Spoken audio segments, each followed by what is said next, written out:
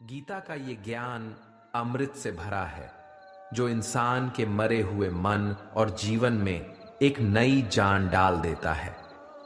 मैं गारंटी के साथ ये बात कह सकता हूं कि जो कोई भी इन 30 बातों को ध्यान से पूरा वीडियो के अंत तक सुनेगा, उसे अपनी हर समस्या का हल मिल जाएगा। उसे वो सब कुछ मिल जाएगा जो वो पाना चाहता है। इसलिए इस वीडियो में एक भी विचार को मिस मत कीजिए और इस वीडियो को पूरा अंत तक सुने। तो चलिए शुरू करते हैं। श्रीमद् भगवत गीता का सबसे पहला उपदेश है कि बहुत ज्यादा मीठे बोलने वालों से और ज्यादा तारीफ करने वालों से सावधान रहना चाहिए, क्योंकि लोग मीठा सिर्फ तभी बोलते हैं जब उनको आपसे अपना मतलब निकालना होता है। आपकी तारीफ भी सिर्फ तभी की जाती है जब उन्हें आपसे अपना काम निकालना होता है। याद रखना कि तारीफ आपको जिंदगी में कभी भी फ्री में नहीं मिलने वाली। अगर कोई आपकी तारीफ कर रहा है तो कुछ न कुछ उसके लिए आपको चुकाना ही पड़ेगा। इसीलिए जो बहुत ज्यादा मीठा बोलते हैं या जो आपकी तारीफ करते हैं, उनसे जरा सावधान रहना चाहिए। श्रीमद् भगवत गीता का दूसरा उपदेश यह है कि आंखों से सच दिखने वाली बात पर भी एकदम से जल्दी भरोसा नहीं करना चाहिए। ऐसी बहुत कहानियां आपने सुनी होंगी कि कई बार आंखों से दिखने वाली बात भी सच नहीं होती है। इसीलिए भरोसा करने में अभी भी जल्दबाजी मत करना। गीता का तीसरा उपदेश ये है, हल्की आशा से कर्म करने वाले मनुष्य का मन कभी शांत व संतुष्ट नहीं रहेगा, क्योंकि उसकी लालसा हर नए शिखर पर पहुंचती ही रहेगी। ऐसे में उसका मन कभी संतुष्टि का आनंद नहीं भोग पाएगा।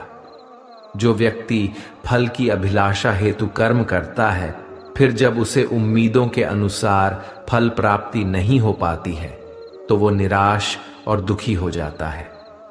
भगवान श्री कृष्ण अर्जुन से कहते हैं, तुम स्वयं को मुझ में समर्पित कर दो, ईश्वर पर भरोसा रखो और निस्वार्थ, निश्चल, निष्पाप और निष्पक्ष होकर बिना फल की अभिलाषा के कर्म करते जाओ। तुम्हारा जीवन सुख और संतुष्टि से भर जाएगा। देखना, दुख कभी तुम्हें छू नहीं पाएगा और मोक्ष की प्राप्ति हो जाएगी। बार बार जन्म लेने वाले अनंत इच्छाएं मनुष्य को अपनी इंद्रियों का गुलाम बना देती हैं। जब हम दूसरों की चुगली करते हैं तो हमें उसके भाग्य में मिलने वाले दुखों और कष्टों को भी भोगना पड़ जाता है। किसी के प्रति बुरी भावना रखना, बुरा सोचना, ईर्ष्या करना, बुरा बोलना, अपने धर्म और कर्तव्य का पालन न करने वाले कभी मोक्ष प्राप्त नहीं कर सकते। कर्म अच्छा हुआ तो फल अवश्य मिलेगा और कर्म बुरा हुआ तो दंड भी अवश्य मिलेगा। मैं भूत का, वर्तमान और भविष्य में होने वाली प्रत्येक घटना के हर परिणाम को देख सकता हूं। इसलिए परिणाम की चिंता छोड़कर अपने कर्म को निरंतर करते रहो। कर्म अच्छा हो या बुरा, वे तब तक पीछा नहीं छोड़ते जब तक वह कर्म करने वाले को फल की प्राप्ति नहीं हो जाती। यानी जब तक कर्म करने वाला अपने कर्म के परिणामों को पूर्ण रूप से भोग न ले, समय से पहले और भाग्य से अधिक कभी कुछ उसको नहीं मिल पाता। सामान्य मनुष्य सदैव सर्वश्रेष्ठ मनुष्यों को देखकर उन्हीं के आदर्शों पर चलकर उन्हीं के जैसा बनने का प्रयास करते हैं। संसार तुम्हें वैसा ही देखेगा जिस मानसिक दृष्टि से तुम संसार को देखते हो। बुरी आदतें, बुरी चीजें और बाहरी सुंदरता के प्रति मनुष्य तब आकर्षित होता है जब वह अपनी इंद्रियों का गुलाम हो जाता है।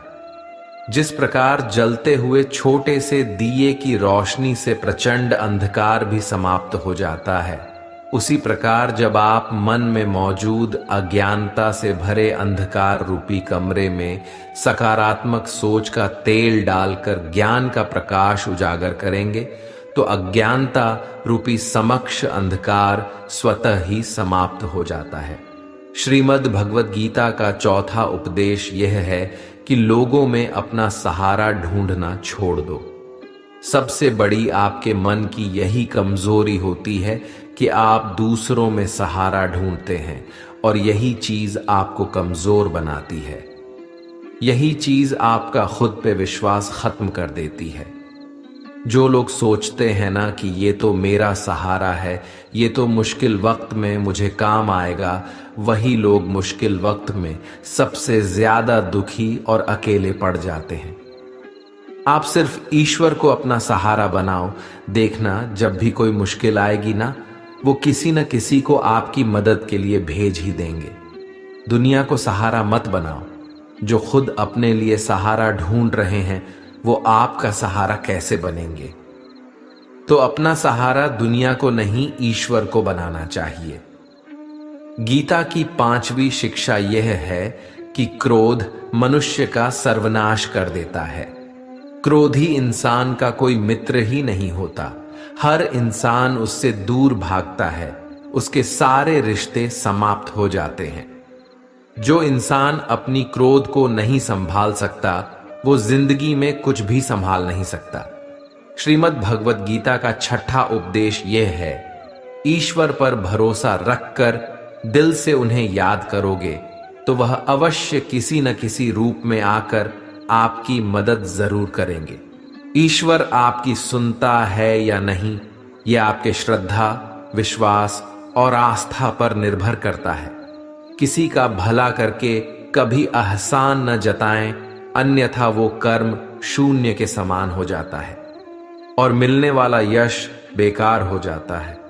यह सोच करके कभी अभिमान नहीं करना चाहिए कि हमने तो कितने लोगों या जीवों की मदद की है, क्योंकि करने वाला तो स्वयं ईश्वर होते हैं।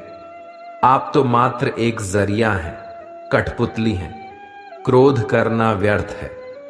यदि क्रोध में आकर आप प्रतिक्रिया दे रहे हैं तो इसका अर्थ है आपको ईश्वर के बनाए कानून यानी कि कर्म पर भरोसा ही नहीं है। मन के शंकाओं को कभी जन्म ना दो। ये शंकाएं मन में गलत फहमियों के पहाड़ बना देती हैं, जिससे जीवन का सुख चैन छीन जाता है। यदि कोई आपके साथ बुरा करता है तो कर्म और समय उसका हिसाब खुद ही कर देगा। उपकार के बजाय परोपकार करें और चिंता की बजाय चिंतन करें। मन को सदैव नियंत्रित करके चलें, अन्यथा ये मन आपका सबसे बड़ा शत्रु बनकर आपसे बुरे कर्म करवा सकता है। ज्ञान सदैव बुद्धि से उत्तम व श्रेष्ठ होनी चाहिए। इसलिए ज्ञान अर्जित करते रहें और बांटते रहें ताकि दूसरों का जीवन संवर जाए। एक ही मनुष्य की हमेशा मदद न करें जब तक कि वह स्वयं ही काबिल न हो जाए। जो व्यक्ति फल की आशा हेतु कर्म करता है वह कर्म से ही बंध कर रह जाता है। कोई भी इंसान जन्म से नहीं बल्कि अपने कर्मों से महान बनता है। दुनिया और लोग वैसे ही नजर आएंगे जैसा तुम देखना चाहोगे। मेरा, तेरा, छोटा, बड़ा, अपना, पराया मन से मिटा दो, फिर सब तुम्हारा है और तुम सबके हो। फल की अभिलाषा छोड़कर निरंतर कर्म करने वाला मनुष्य ही अपने जीवन को सुखद और संतुष्टिदायक बना पाता है। कोई भी दुख तुम्हें तब तक विचलित नहीं कर सकता जब तक तुम इंद्रियों को अपने वश में रखते हो। शांति उसी को प्राप्त होती है जो मैं और मेरा तथा मैंने किया या मैंने बनाया ऐसी लालसा से बाहर आ जाता है। किसी भी वस्तु, वह जगह या जीव एवं मनुष्य से अत्यधिक लगाव एक दिन दुख का सबसे बड़ा कारण बनता है। जीवन में वही मनुष्य संतुष्ट रह सकता है जो कम से कम में भी खुश है और अधिक पाने या होने की लालसा व उम्मीद नहीं रखता। गीता का 7वां उपदेश यह है कि अपने मन को शांत रहना सीखो, क्योंकि अशांत मन जीवन में सिवाय दुख के और आपको कुछ नहीं देने वाला, और एक शांत मन आपको जीवन में प्रेम और आनंद ही देगा। दुख और सुख सिर्फ शांत और अशांत मन के परिणाम है। अशांत मन दुख को ही जन्म देता है और शांत मन परम आनंद को जन्म देता है। गीता का 8वां उपदेश यह है कि किसी से भी हद से ज्यादा लगाव कभी मत रखना। दुर्योधन के पिता धृतराष्ट्र का राजगद्दी से बहुत ज्यादा लगाव था। राजगद्दी के आगे उन्हें कुछ भी दिखाई नहीं देता था और गद्दी के लिए उनका वो हद से ज्यादा लगाव और मोह पूरे राष्ट्र को ले डूबा, अनगिनत लोगों की मौत का कारण बन गया। आप भी जब ऐसी ही किसी के पीछे हद से ज्यादा पागल हो जाते हैं तो वो चीज आपको मिले या ना मिले, लेकिन आपकी जिंदगी जरूर खराब कर देती है। गीता का 9वां उपदेश ये है, अध्यात्म से जुड़े। एक अध्यात्म ज्ञान ही जीवन को सुकून की तरफ ले जा सकता है। लोगों की बातों पर जितना ध्यान देंगे उतना ही आपका खुद पर से विश्वास कम होता जाएगा। इसलिए खुद पर विश्वास कर खुद के दम पर आगे बढ़ो और स्वयं ही अपना मार्ग तय करो। जीवन में किसी भी पल कुछ भी हो सकता है। जीवन सीमित है, समय व्यर्थ मत करो। बुरे अतीत को याद करके दुखी होने से अच्छा है कि उससे सीख लो और अपने वर्तमान को सुधार कर एक बेहतर भविष्य का निर्माण करो। किस बात को लेकर परेशान हो? कर्म करो और ईश्वर पर भरोसा रखो। क्या होगा क्या नहीं, यह ईश्वर पर छोड़ दें। जितना अधिक पुरुषार्थ करोगे, स्वर्ग का मार्ग उतना ही सरल होगा। स्वयं को ईश्वर के चरणों में सौंप दो। नित्य अच्छे कर्म करो और लोगों की भलाई करो और उन्हें सही राह दिखाओ। एक ज्ञानवान व्यक्ति कभी भी कामुक सुख में आनंद नहीं लेता, इसलिए ज्ञानी बनो। जो हो गया वह अच्छा हुआ, जो हो रहा है वह अच्छा हो रहा है, और जो होगा वह भी अच्छा ही होगा। वेद पुराण पढ़ने का कोई लाभ ही नहीं जब तक उसमें कही बातों को अपने जीवन में अवतरित न करें, उनका पालन न करें। रावण बुद्धिमान अवश्य था, किंतु ज्ञानी नहीं। उसकी अज्ञानता ने उसे क्रोधी, कामुक और अहंकारी बना दिया, जो उसकी मृत्यु का सबसे बड़ा कारण बना। मैं सभी प्राणियों को एक समान रूप से देखता हूं। मेरे लिए न कोई कम प्रिय है और न ही अधिक। वह ज्ञान व्यर्थ है जो सिर्फ तुम तक ही सीमित है। उस ज्ञान का कोई लाभ नहीं जिससे समाज एवं जगत का कल्याण न किया जा सके। तुम क्यों व्यर्थ में चिंता करते हो? तुम क्यों भयभीत होते हो? कौन तुम्हें मार सकता है? आत्मा न कभी जन्म लेती है और न ही इसे कोई मार सकता है। यही जीवन का अंतिम सत्य है। मनुष्य के कर्म ही मनुष्य को ईश्वर के नजदीक लाता है या ईश्वर से दूर कर देता है। इसलिए हमेशा अच्छे कर्म ही करें। जब जब इस धरती पर पाप, अहंकार और अधर्म चरम सीमा पर होगा, तब तब उसका विनाश कर धर्म की पुनः स्थापना हेतु मैं अवश्य अवतार लेता हूं। जो दान कर्तव्य समझकर बिना किसी सोच के किसी जरूरतमंद व्यक्ति को दिया जाए, वह दान सात्विक माना जाता है। जिसने मन को जीत लिया है, उसने पहले ही परमात्मा को प्राप्त कर लिया है, क्योंकि उसने शांति प्राप्त कर ली है। ऐसे मनुष्य के मन पर सुख दुख, सर्दी गर्मी और मान अपमान का कोई फर्क ही नहीं पड़ेगा। जो विद्वान होते हैं वो ना तो जीवन के लिए और ना ही मृत के लिए शोक करते हैं। गृहस्थी व समाज में रहकर परोपकार करना और अपने कर्तव्यों को पूरी निष्ठा से ईमानदारी के साथ निभाना, धर्म का पालन करना भी बड़े तप के समान होता है। गीता का 10वां उपदेश ये है कि इंसान ही आजकल इंसान का दुश्मन हो गया है। चाहे आप बिजनेस में देख लो, चाहे आप रिश्तों में देख लो, किसी भी फील्ड में आप देख लो, इंसान ही इंसान को नुकसान पहुंचा रहा है। इतना प्रतिस्पर्धा बढ़ गया है, कितनी चोरियां बढ़ रही हैं, इतना क्राइम बढ़ गया है। शास्त्रों में जो कल युग के लक्षण लिखे गए हैं ना, कि एक दिन इंसान ही इंसान को खाएगा, वो समय तो आ गया है। इंसान ही तो इंसान को खा रहा है, एक दूसरे का बिजनेस खा रहा है, एक दूसरे की नौकरियां खा रहा है, एक दूसरे की जिंदगी की खुशियां खा रहा है। इंसान जो दुखी है उसे और दुखी करो, जो खुश है उसे परेशान करो। यही तो हो गया है आजकल।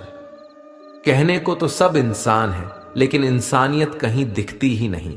एक सेठ के घर से एक भिखारी निकल रहा था। उसने उस सेठ से कहा कि मुझे एक गिलास पानी पिला दीजिए, बहुत प्यास लगी है। बहुत दूर से पैदल चलकर आया हूं, मेरे प्राण निकल रहे हैं। तो सेठ बोला कि अभी आदमी नहीं है, आदमी आ जाए तो आपको पानी दे दिया जाएगा। थोड़ी देर बाद उस भिखारी ने सेठ से कहा, आप कृपया करके मुझे एक गिलास पानी पिला दीजिए, मैं चला जाऊंगा।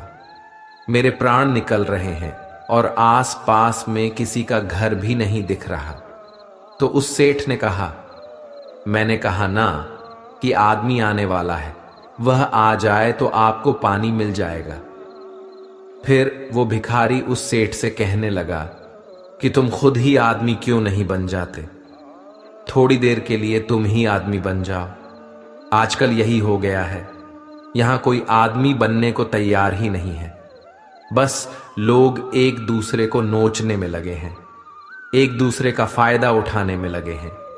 इसीलिए ही कलयुग को मतलबी युग कहा जाता है कि लोग सिर्फ और सिर्फ एक दूसरे से अपने मतलब से ही जुड़े हुए हैं।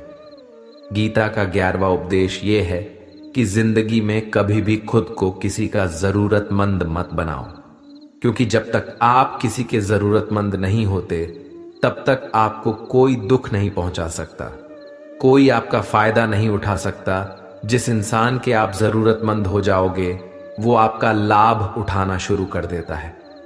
जिस दिन आपने अपने जीवन को किसी का जरूरतमंद बना दिया, उसी दिन से आपको उसकी गुलामी करनी पड़ती है।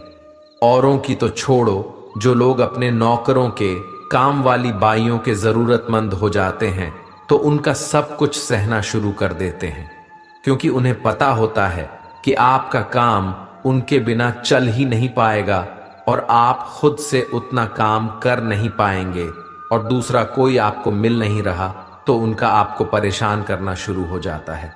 लेकिन जब उन्हें यह समझ आता है कि आप अपना काम खुद कर सकते हैं तो आपको दूसरे 1000 ऑप्शन मिल सकते हैं, तो वो चुपचाप अपना काम करेंगे। अब अगर आप कोई ऐसी नौकरी करते हैं जहां आपके बॉस के गलत होते हुए भी आप उसका टॉर्चर सहते रहते हैं, तो आपको पता होता है कि आप उसके जरूरतमंद हैं और वो उसका पूरा फायदा लेता है। और तो और जिस घर परिवार में आप रहते हैं, अगर वहां भी आप किसी के जरूरतमंद हैं तो वो आपको पूरा चूस लेता है, क्योंकि वहां आप 24 घंटे रहते हैं, कहीं और जा ही नहीं सकते। आपके सर पे चढ़ के नाचेगा वो इंसान और आपको पूरी तरह से अपने कंट्रोल में रखेगा। लोगों को बहुत मजा आता है अपने से कमजोर इंसान को अपने कंट्रोल में रखने के। आप चाहे हजारों के लिए अच्छा करो, चाहे हर वो काम करो जिससे उन्हें खुशी मिले, पर ऐसे लोग आपकी गर्दन को दबा के रखते हैं। आप में अगर कुछ प्रतिभा है तो आपके पंख ही काट दिए जाएंगे। हर वो कोशिश की जाएगी आपके साथ जिससे आप जिंदगी में कभी आगे ही न बढ़ पाओ। आप किसी का जरूरतमंद होना मर जाने से भी बदतर होता है। जरूरतमंद आपको गुलाम बनाकर रख देती है। आपने कभी गौर किया कि आपकी जिंदगी वही लोग खराब करते हैं जिनके आप जरूरतमंद हो जाते हैं। आपका सारा दुख वहीं से आता है जिसके आप जरूरतमंद होते हैं। जरूरतमंद सिर्फ शरीर या काम की नहीं होती, सबसे बड़ी जरूरतमंद मन की होती है कि जिंदगी में कोई हमें चाहिए, हमें संभालने के लिए, नहीं तो हम खुश नहीं रह पाएंगे। अकेलापन लोगों से झेला नहीं जाता है। फिर कई बार आप ऐसे लोगों से जुड़ जाते हैं जो आपकी इस मन की जरूरतमंदी का पूरा फायदा उठाते हैं। आप उनसे रिश्ता इसीलिए जोड़ते हैं ताकि आपकी जिंदगी में थोड़ी खुशी आए, और वो लोग आपको खून के आंसू रुलाते हैं, आपकी पूरी जिंदगी नर्क बना देते हैं। याद रखना एक बात, माँ बाप के अलावा ऐसा दुनिया में आज तक कोई पैदा नहीं हुआ है कि आप जिसके जरूरतमंद हो और वो आपका फायदा ना उठाएं। इसीलिए जिंदगी में कभी भी खुद को किसी का जरूरतमंद मत बनाना। गीता का 12वां उपदेश ये है, असफलता के डर से दोबारा प्रयास न करने वाला मनुष्य जीवन में बड़ी कामयाबी कभी प्राप्त ही नहीं कर सकता। क्रोध से भ्रम पैदा होता है, भ्रम से बुद्धि व्यग्र होती है। जब बुद्धि व्यग्र हो जाती है तब तर्क नष्ट हो जाता है, और जब तर्क नष्ट हो जाता है तब व्यक्ति का नाश हो जाता है। बड़ी कामयाबी एक ऐसे ताले में बंद होती है जो 5 चाबियों से खुलती है: सकारात्मक सोच, एकाग्रता, सच्ची लगन, दृढ़ संकल्प और निरंतर प्रयास। निष्पक्ष और निस्वार्थ भाव से कर्म किए बिना मोक्ष की उम्मीद करना बेकार है। जब भी मनुष्य स्वयं के इंद्रियों के अधीन हो जाता है तो वासना, आलस और लालच जैसी बुरी आदतें मन पर सवार हो जाती हैं। लक्ष्य प्राप्त करने के लिए हमें कर्म में पूर्ण रूप से समर्पण अति आवश्यक है। इसके लिए धन की लालसा मन से निकालकर अपने कर्म पर केंद्रित होना चाहिए। कर्म को लेकर श्री कृष्ण जी कहते हैं, हे अर्जुन, तुम कर्म करने के अधिकारी हो, ना कि उससे मिलने वाले फल के।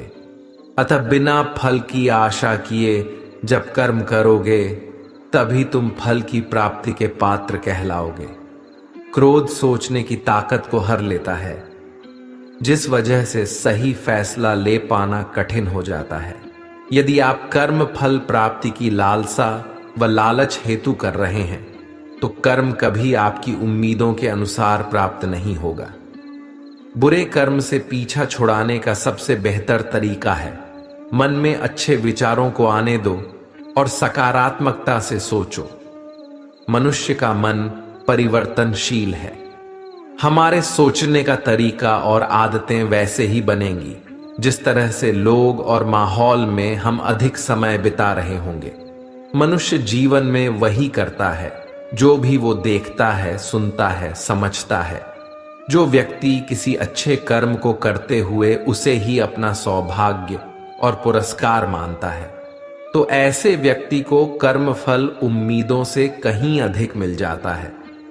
बड़े लक्ष्यों के निर्माण और सपनों को सच करने के लिए सबसे पहले आपको कल्पनाकारी बनना होगा। गीता का 13वां उपदेश यह है कि जिस रिश्ते में मर्यादाएं टूट जाती हैं वहां सिर्फ सर्वनाश ही होता है। कोई आपसे बड़ा है या छोटा है, अगर वो रिश्तों में अपनी मर्यादाओं को तोड़ देगा तो वो रिश्ता कभी नहीं टिक सकता। रिश्ता सिर्फ तभी चलता है जब दो लोग एक दूसरे की इज्जत करते हैं, कदर करते हैं और कभी अपनी लिमिट क्रॉस नहीं करते हैं। जिस रिश्ते में कोई लिमिट नहीं है, एक दूसरे की इज्जत नहीं है, वो रिश्ता आज नहीं तो कल खत्म ही हो जाता है। गीता का 14वां उपदेश ये है कि जिस रिश्ते में मर्यादाएं टूट जाती हैं वहां सिर्फ सर्वनाश ही होता है। कोई आपसे बड़ा है या छोटा है, अगर वो रिश्तों में अपनी मर्यादाओं को तोड़ देगा तो वो रिश्ता कभी नहीं टिक सकता। रिश्ता सिर्फ तभी चलता है जब दो लोग एक दूसरे की इज्जत करते हैं, कदर करते हैं और कभी अपनी लिमिट क्रॉस नहीं करते हैं। जिस रिश्ते में कोई लिमिट नहीं है, एक दूसरे की इज्जत नहीं है, वो रिश्ता आज नहीं तो कल खत्म ही हो जाता है।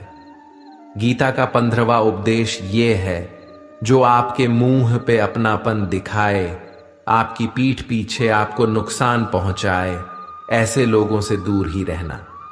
चाणक्य ने कहा है कि ऐसे लोग उस घड़े की तरह होते हैं जिसके मुंह में तो अमृत लगा है लेकिन जिसके भीतर जहर भरा हुआ होता है। आप जिसे अमृत समझकर पी जाते हैं, वास्तविकता में वो जहर ही होता है। तो ऐसे लोगों को जहर की तरह छोड़ देना चाहिए जो अपनेपन का दिखावा करे और पीछे से हमेशा आपको नुकसान पहुंचाए। गीता का 16वां उपदेश ये है कि अपनी खुशी और अपना दुख हर किसी के आगे जाहिर नहीं करना चाहिए, क्योंकि लोग आपकी खुशी पर नजर लगा देते हैं और आपके दुख में आपकी हंसी उड़ाने लगते हैं। आपकी खुशी से कोई खुश नहीं होता, लोगों को जलन होती है। हर आंसू आंख में लाया ना करो, हर जख्म सबको दिखाया ना करो। यहाँ लोग हाथ में नमक लिए फिरते हैं, इसलिए अपना हर दर्द सबको दिखाया ना करो। लोग तो बैठे ही हैं दुखी इंसान को और दुखी करने, और जो खुश है उसको तकलीफ पहुंचाने के लिए। अपनी मन की हालत अपने तक ही रखो, सिर्फ उसे बताओ जिससे उसे समझने की समझ हो। गीता का 17वां उपदेश यह है कि जीवन में कई बार नया शुरू करने के लिए पुराने को पूरी तरह से मिटाना पड़ता है। श्री कृष्ण से कुंती ने पूछा था कि हे कृष्ण, क्यों तुमने इतना बड़ा महायुद्ध करवा दिया? तो श्री कृष्ण ने बोला कि अधर्म बहुत बढ़ गया था और इस अधर्म का पूरी तरह से नाश करने के लिए, एक नए युग को लाने के लिए पुराने का सर्वनाश करना बहुत जरूरी होता है। जब कोई महल पूरी तरह से भंगार हो जाती है, बहुत पुरानी हो जाती है, तो उसे पूरी तरह से तोड़कर फिर से नवनिर्माण होता है। ऐसे ही आपके जीवन में भी आपको कुछ नया करना है तो पुराने को पूरी तरह से मिटाना होगा। गीता का 18वां उपदेश यह है कि जब भी जिंदगी में खुद को अकेला महसूस करो, तब इस सच्चाई को ठीक से समझ लेना कि आप दुनिया में अकेले ही आए थे और अकेले ही जाओगे। वास्तविकता में यहां कोई आपका अपना नहीं है। एक दिन तो जो माँ बाप हमें जन्म देते हैं वो भी हमें अकेला छोड़ के चले जाते हैं, तो औरों से तो उम्मीद ही क्या करना। यदि कोई आपका साथ छोड़ दे तो याद रखना कि वो ईश्वर सदा आपके साथ है, वो कभी आपका साथ नहीं छोड़ता। गीता में श्री कृष्ण ने अर्जुन से कहा कि चाहे कोई मनुष्य मुझे माने या न माने, लेकिन मैं इंसान का साथ कभी नहीं छोड़ता, क्योंकि ये सब मेरी ही संतानें हैं। इंसान को ईश्वर का ही अंश कहा गया है, इसलिए मनुष्य को ईश्वर की संतान कहा जाता है। इसीलिए आपको अकेलेपन से कभी दुखी नहीं होना चाहिए, कभी डरना नहीं चाहिए, बल्कि किसी गलत इंसान के साथ रहने से डरना चाहिए। एक कहावत है कि something is better than nothing, यानी कुछ होना कुछ नहीं होने से कुछ गुना बेहतर है। लेकिन एक और कहावत है कि nothing is better than nonsense. In nonsense लोगों के साथ रहने से अच्छा है आप अकेले ही रहो। इसीलिए गीता का ये उपदेश हर इंसान के लिए बहुत जरूरी है, जो खुद को अकेला समझकर दुखी हो जाते हैं। इसीलिए अकेलेपन से डरना, दुखी होना छोड़ दो, क्योंकि यहां कोई किसी का नहीं होता।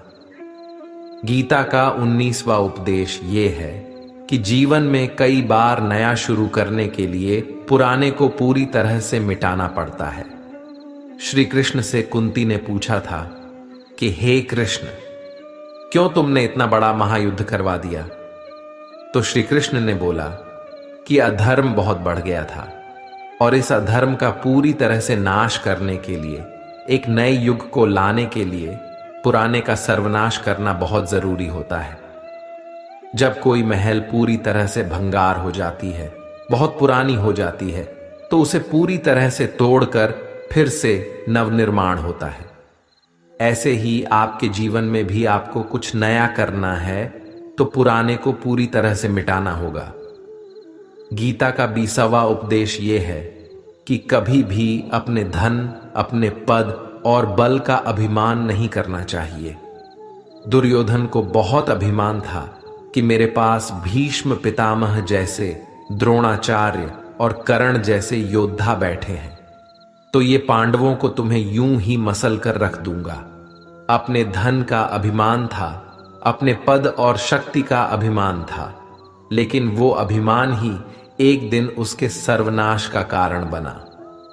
जो लोग अपने पैसे के अहंकार में या शक्ति के अहंकार में दूसरों को नीचा दिखाते हैं, दूसरों को चोट पहुंचाते हैं, एक दिन उनकी वही गलती उनका सर्वनाश कर देती है। इसलिए जीवन में आप चाहे कितने भी सफल हो जाएं, कितने भी बड़े इंसान हो जाएं, लेकिन उसका अभिमान दूसरों को कभी मत दिखाना। गीता का 21वां उपदेश ये है, श्री कृष्ण अर्जुन से कहते हैं कि हे अर्जुन, मृत्यु जीवन का अटल सत्य है, जिसे कुछ समय के लिए टाला तो जा सकता है, किंतु झूठा साबित नहीं किया जा सकता। और ये शरीर तो किराए के घर की भांति है, जहां हम कुछ समय के मेहमान हैं। शरीर नश्वर है, किंतु आत्मा अमर है। जो होना है उसे कोई टाल नहीं सकता, और जो होना ही नहीं है उसके बारे में शोक व चिंता करके स्वयं की परेशानियां बढ़ाने के ही समान है। जो भी जन्म लेता है उसकी मृत्यु निश्चित है, और मरने वाले का जन्म निश्चित है। इसलिए जो अटल है उसके विषय में तुमको शोक नहीं करना चाहिए। सच्चाई से कभी दूर नहीं भागा जा सकता है, इसलिए सत्य को स्वीकार कर लेने में ही हमारी समझदारी है। झूठ को जानबूझकर सत्य मानकर जीना ही बहुत बड़ी गलतफहमी कहलाती है। स्वयं की व्यक्तिगत सोच गलतफहमियों को भी जन्म दे सकती है, इसलिए स्वयं की व्यक्तिगत सोच को दूसरों पर कभी नहीं थोपना चाहिए। वासना, क्रोध और लालच ये नरक के 3 द्वार होते हैं। बिना मोक्ष के जन्म मरण के चक्र से छुटकारा नहीं पाया जा सकता। जिस प्रकार अग्नि सोने को परखती है, उसी प्रकार संकट वीर पुरुषों को परखती है। मनुष्य का सबसे बड़ा और सबसे पहला शत्रु या मित्र उसका मन ही होता है। एक और हद से अधिक इच्छाएं जीवन का सुकून छीन लेती हैं। बिना किसी पुरुषार्थ के आप अच्छे फल व सकारात्मक परिणाम की कामना ही नहीं कर सकते। यदि आप धर्म के मार्ग पर चलते हैं तो परिणाम की चिंता किए बिना अपने धर्म का निडरता से पालन करें। गीता का 22वां उपदेश ये है कि जहां आपके लिए प्रेम और इज्जत नहीं है वहां कभी मत जाओ। महाभारत का युद्ध शुरू होने से पहले श्री कृष्ण हस्तिनापुर गए थे, पांडवों की तरफ से शांति प्रस्ताव लेकर के। तब शकुनी ने दुर्योधन से कहा, ये कृष्ण बड़ा मायावी है, अगर ये हमारे पक्ष में आ जाएं तो समझ लो पांडव हार ही गए। तो इसकी सेवा करो, इसको अपने घर आने का निमंत्रण भेजो, इसे खुश करो। जब श्री कृष्ण हस्तिनापुर पहुंचे तो दुर्योधन ने उन्हें अपने घर आने के लिए कहा और श्री कृष्ण से कहा, आप मेरे घर में रहिए, मेरा आतिथ्य स्वीकार कीजिए, मेरे घर में भोजन कीजिए। तो श्री कृष्ण ने दुर्योधन से कहा कि दुर्योधन, इंसान को किसी के घर तभी भोजन करना चाहिए, तभी जाना चाहिए, या तो उसे बहुत प्रेम हो या तो हमारे जीवन में कोई बहुत बड़ी आपत्ति आ गई हो। ना तो मेरी जिंदगी में कोई आपत्ति आई है और ना ही तुम्हारा मुझसे कोई प्रेम है, तो तुम्हारे घर तो मैं कभी नहीं आऊंगा। तुम मुझे अपने घर बुला रहे हो सिर्फ और सिर्फ अपना मतलब पूरा करने के लिए, और मतलबी लोगों के घर कभी नहीं जाना चाहिए। इसीलिए इससे हमको ये शिक्षा मिलती है कि जिसके दिल में आपके लिए प्रेम नहीं है, इज्जत नहीं है, वहां आपको कभी नहीं रहना चाहिए। आपको सिर्फ उसी जगह रहना चाहिए जहां आपकी कदर हो, आपको इज्जत मिले और जहां आपको प्रेम मिले। गीता का 23वां उपदेश यह है कि मूर्ख और दुष्ट लोगों को कभी ज्ञान नहीं देना चाहिए। इससे उनके अहंकार को चोट लगती है और वो आपके लिए मन में वैर भाव लेके बैठ जाते हैं और वक्त आने पर आपको ही नुकसान पहुंचाते हैं। मनुष्य जीवन बहुत दुर्लभ है, इसे व्यर्थ न जाने दो। जीवन में ऐसे कर्म करो जो आने वाले मानव जाति के लिए प्रेरणा स्रोत बन सके। श्री कृष्ण अर्जुन से कहते हैं कि हे अर्जुन, जो जीवन के मूल्य को जानता हो वह मनुष्य अपने जीवन का मूल्य निर्धारित कर जीवन को एक बड़ा लक्ष्य प्रदान कर पाता है। स्वयं के लिए सर्वश्रेष्ठ बने। आपका मूल्य समझकर दुनिया एक दिन आपका सम्मान करेगी। जीवन न तो भविष्य में है न अतीत में, जीवन तो इसी क्षण में है। इसलिए वर्तमान को खुश होकर जियो। श्री कृष्ण अर्जुन से कहते हैं कि हे अर्जुन, तुम्हारे तथा मेरे अनेक जन्म हो चुके हैं। मुझे तो वो सब जन्म याद है, लेकिन तुम्हें नहीं। खुद को जीवन के योग्य बनाना ही सफलता और सुख का एकमात्र मार्ग है। ईश्वर आपके जीवन को सुधारने, संवारने हेतु अनेक कर्म करने के मौके देता है, किंतु मनुष्य अपनी इंद्रियों के अधीन रहकर उन मौकों का सही लाभ नहीं उठा पाता है। अच्छे कर्म करने के मौके कभी न छोड़ें।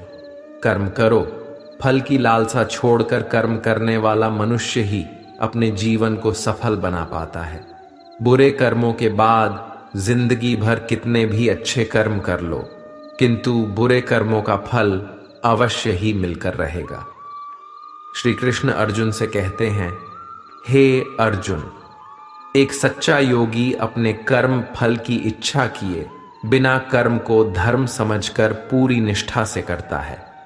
जो मनुष्य न तो कर्म फल की इच्छा करता है और न ही कर्म फलों से घृणा करता है, वह सन्यासी जाना जाता है।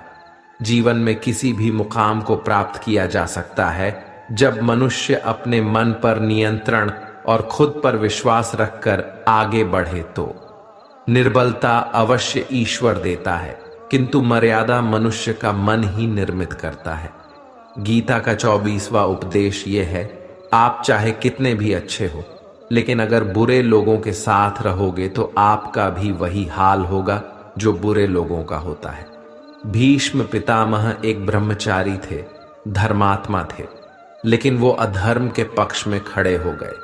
द्रोणाचार्य भी एक ब्राह्मण थे, लेकिन वो अधर्म के पक्ष में खड़े हो गए तो अंत में उनका वही हाल हुआ जो एक अधर्मी इंसान का होता है। उनको मृत्यु के समय भयानक पीड़ा का सामना करना पड़ा।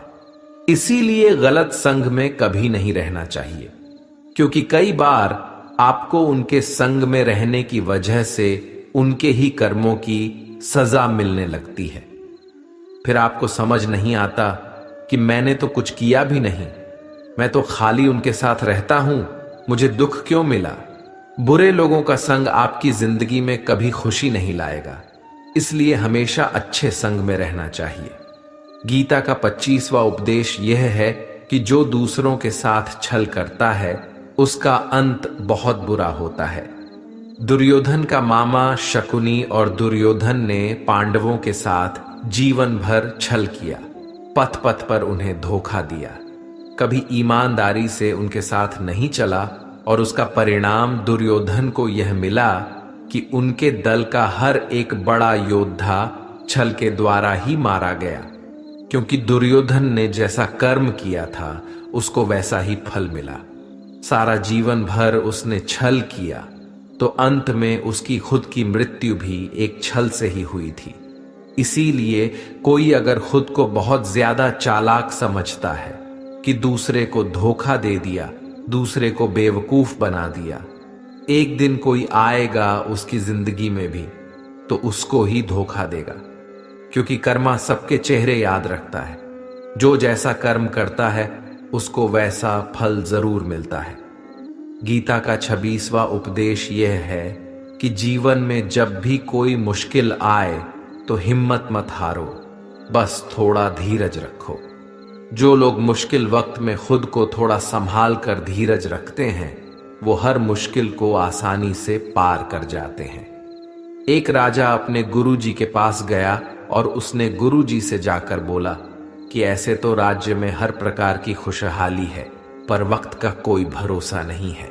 अगर कभी जिंदगी में कोई मुश्किल वक्त आए, कोई बुरा वक्त आए, तो उस वक्त के लिए मुझे कोई मंत्र दीजिए, कोई शिक्षा दीजिए, कोई उपदेश दीजिए कि उस बुरे वक्त से कैसे बाहर निकलना है। तो गुरुजी ने उसे एक ताबीज बांधकर दे दिया और राजा से कहा कि इस ताबीज में मैंने एक मंत्र लिख कर रखा है। जब तुम्हारी जिंदगी में बहुत बुरा वक्त आए और तुम्हें लगे कि इससे बुरा तो अब कुछ हो ही नहीं सकता, उस समय पे ये ताबीज खोल के तुम इस मंत्र को पढ़ लेना, तुम्हारे अंदर बहुत शक्ति आ जाएगी। और एक दिन ऐसा हुआ भी कि उस राजा के राज्य पे किसी दूसरे राजा ने आक्रमण कर दिया और इस राजा की ऐसी स्थिति हुई कि उसे अपना राज्य छोड़कर, पूरे शहर को छोड़कर अपने कुछ लोगों के साथ भागना पड़ा। उस समय पे राजा बहुत दुखी था और विचार करने लगा कि गुरुजी ने मुझे तावीज दिया था कि जब जिंदगी में बहुत बुरा वक्त आए तब उसे खोलकर पढ़ना, और इसके अंदर जो मंत्र लिखा हुआ है वह मेरे अंदर शक्ति भर देगा। राजा ने विचार किया कि इससे बुरा वक्त और क्या हो सकता है। उसने गुरुजी का दिया हुआ वह ताबीज खोला और उसके अंदर लिखा हुआ था कि यह वक्त भी गुजर ही जाएगा।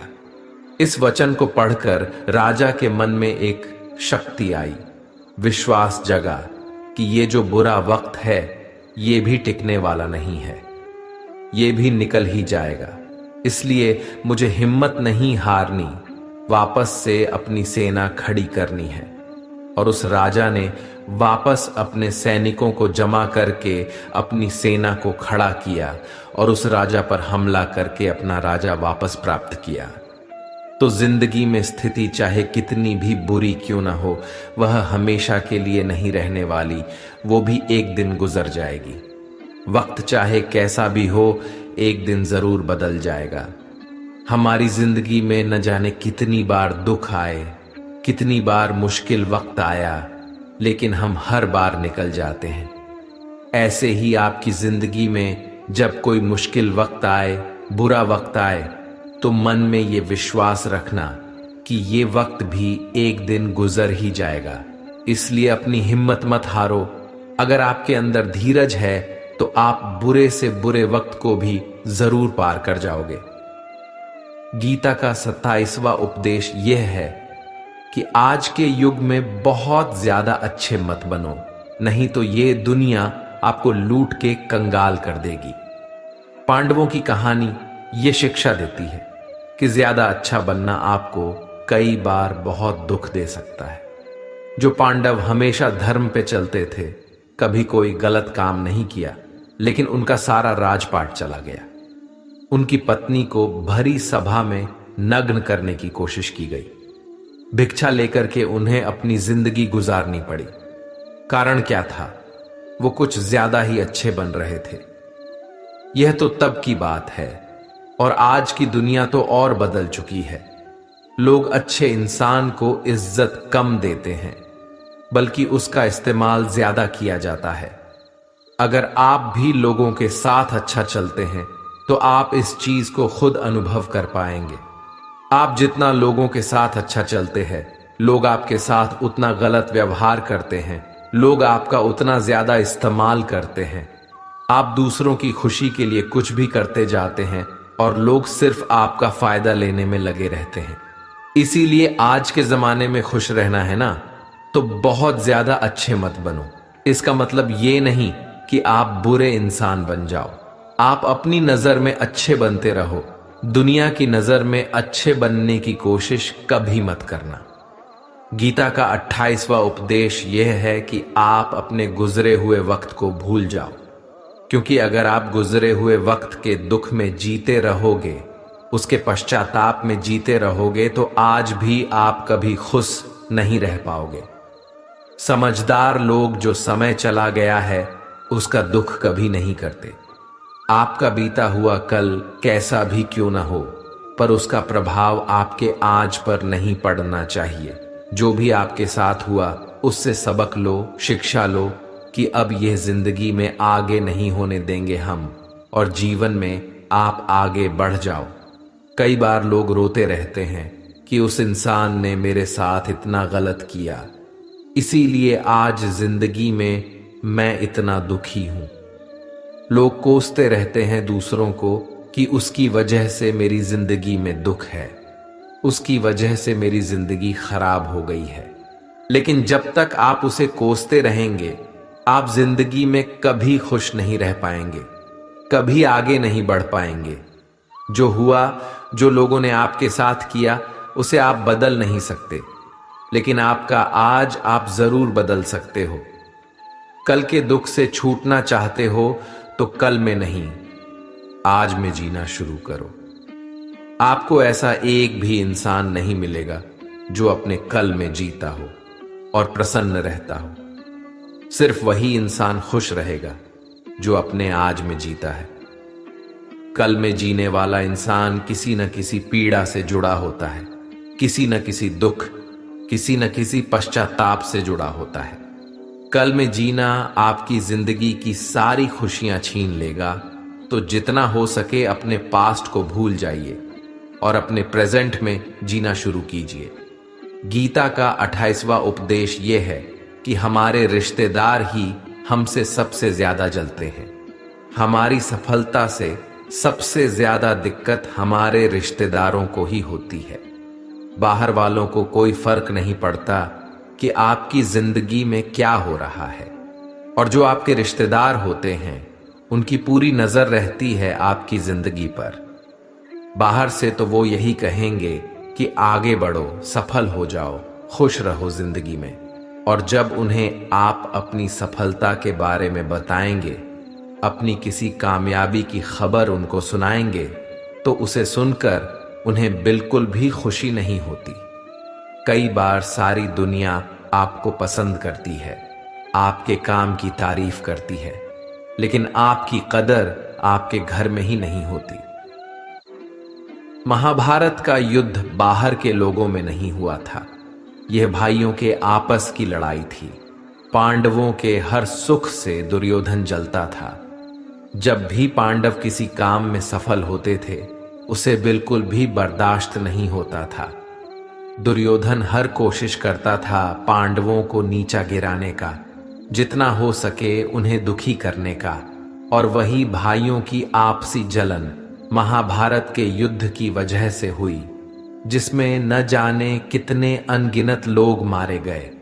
बाहर वाले को क्या फर्क पड़ता है कि आप कैसी जिंदगी जीते हैं, लेकिन ये जो रिश्तेदार होते हैं, ये जो करीबी लोग होते हैं, मजाल जो इन्हें आपकी खुशी बर्दाश्त हो जाए, सबसे खतरनाक होते हैं ये लोग, क्योंकि ये बाहर से बहुत मीठा चलते हैं, आपको अच्छे अच्छे शब्द कहते हैं, लेकिन आपके पीठ पीछे ये आपसे जरा भी खुश नहीं होते।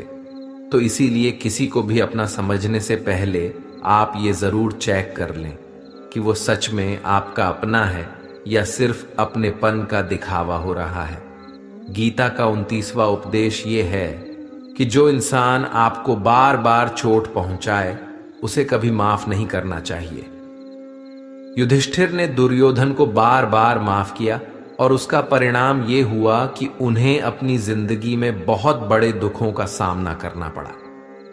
वह इंसान अगर एक बार गलती करे तो माफ करना फिर भी ठीक है, लेकिन कोई अगर बार बार गलती करे तो उसे माफ करना आपको बहुत ज्यादा नुकसान पहुंचाएगा, क्योंकि वो गलती नहीं हो रही है उससे, वो उसकी आदत है, वो ऐसा ही है, वह हमेशा आपके साथ ऐसा करेगा। तो बहुत ज्यादा दयालु मत बनो। किसी को माफ करने में और बेवकूफ बनने में बहुत बड़ा अंतर होता है। किसी को अगर एक बार आप माफ भी कर रहे हो तो उस इंसान से आप जरूर सावधान रहना। कहते हैं, आजमाए हुए को फिर आजमाना मिट्टी मुंह में डालने के बराबर होता है। जिससे धोखा खाया है, जिससे आपको तकलीफ मिली है, उस पे भरोसा गलती से भी मत करना। तो माफ उतना ही करो जितने में आप बेवकूफ ना लगो। गीता का 29वां उपदेश यह है कि जब कोई आपके साथ धोखा या छल करे तो उसको कोसना या दुखी होना छोड़ दो, बल्कि उससे शिक्षा लो कि लोग असलियत में वैसे नहीं होते जैसा आप उन्हें समझ लेते हैं। यहाँ पर लोग अपने मुंह पर मुखौटा लगाकर घूमते हैं। यहाँ हर इंसान खुद को अच्छा दिखाने की कोशिश करता है, अच्छा बनने की कोशिश कोई नहीं करता।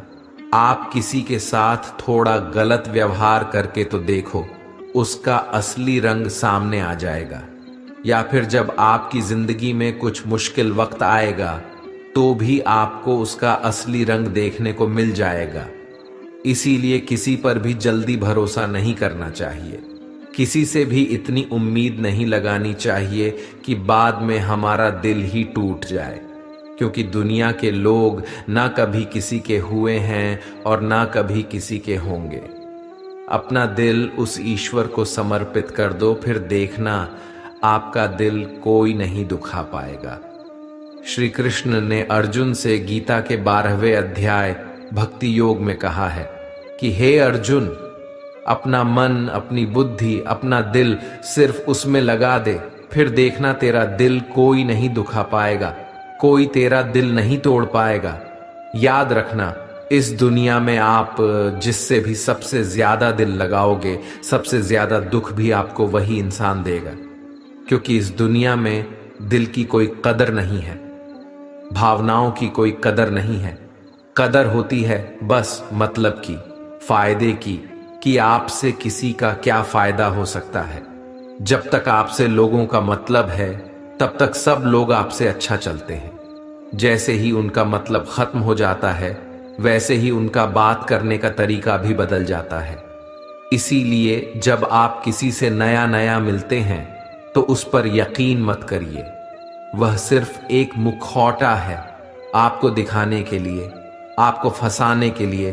अब ये आप पर निर्भर करता है कि आप उसमें फंसते हैं या अपनी समझ से काम लेते हैं।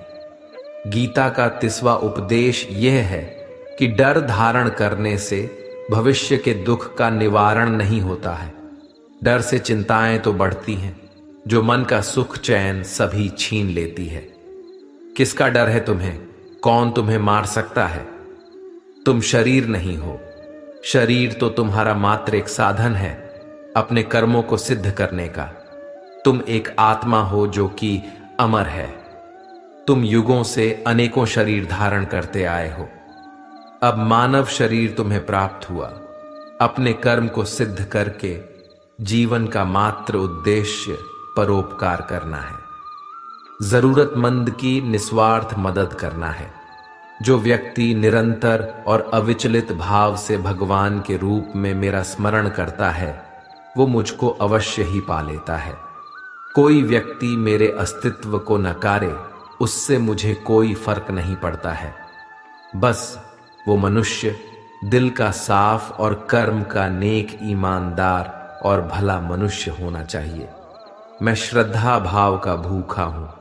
अगर कोई प्रेम और भक्ति के साथ मुझे पत्र, फूल, फल या जल प्रदान करता है तो मैं उसे स्वीकार करता हूं, अन्यथा 56 भोग भी मेरे लिए तुच्छ हैं। निस्वार्थ भाव से किसी की मदद करना, सेवा समझकर दान पुण्य करना, निष्पक्ष होकर निर्णय करना, कर्म करना, ये तमाम कर्म मेरी भक्ति करने के समान ही हैं। ऐसे मनुष्य मुझे अति प्रिय होते हैं। प्रेम उसी से करो जो आपके प्रेम के लायक हो। जिसे आपके प्रेम की कदर नहीं, उससे जितना दूर रहो उतना अच्छा होता है। आजकल लोग कहते हैं कि सबसे ज्यादा पीड़ा प्रेम देता है। लोगों ने प्रेम जैसी पवित्र चीज को गंदा कर दिया है, जार बना दिया है। सबसे ज्यादा लोग एक दूसरे को प्रेम और भरोसे के नाम पर ही लूटते हैं। अगर आपका किसी से प्रेम नहीं है तो वह आपकी भावनाओं को चोट पहुंचा ही नहीं सकता। संबंध चाहे जो भी हो, हद से ज्यादा किसी से प्रेम करोगे और अगर वो उसके लायक नहीं तो सिवाय दुख के और कुछ नहीं मिलेगा। वास्तविकता में प्रेम पीड़ा नहीं देता, बल्कि ऐसे इंसान से प्रेम करना पीड़ा देता है जिसे आपके प्रेम की कद्र नहीं है। तो प्रेम सिर्फ उसी इंसान से करो जिसे आपके प्रेम की कदर है।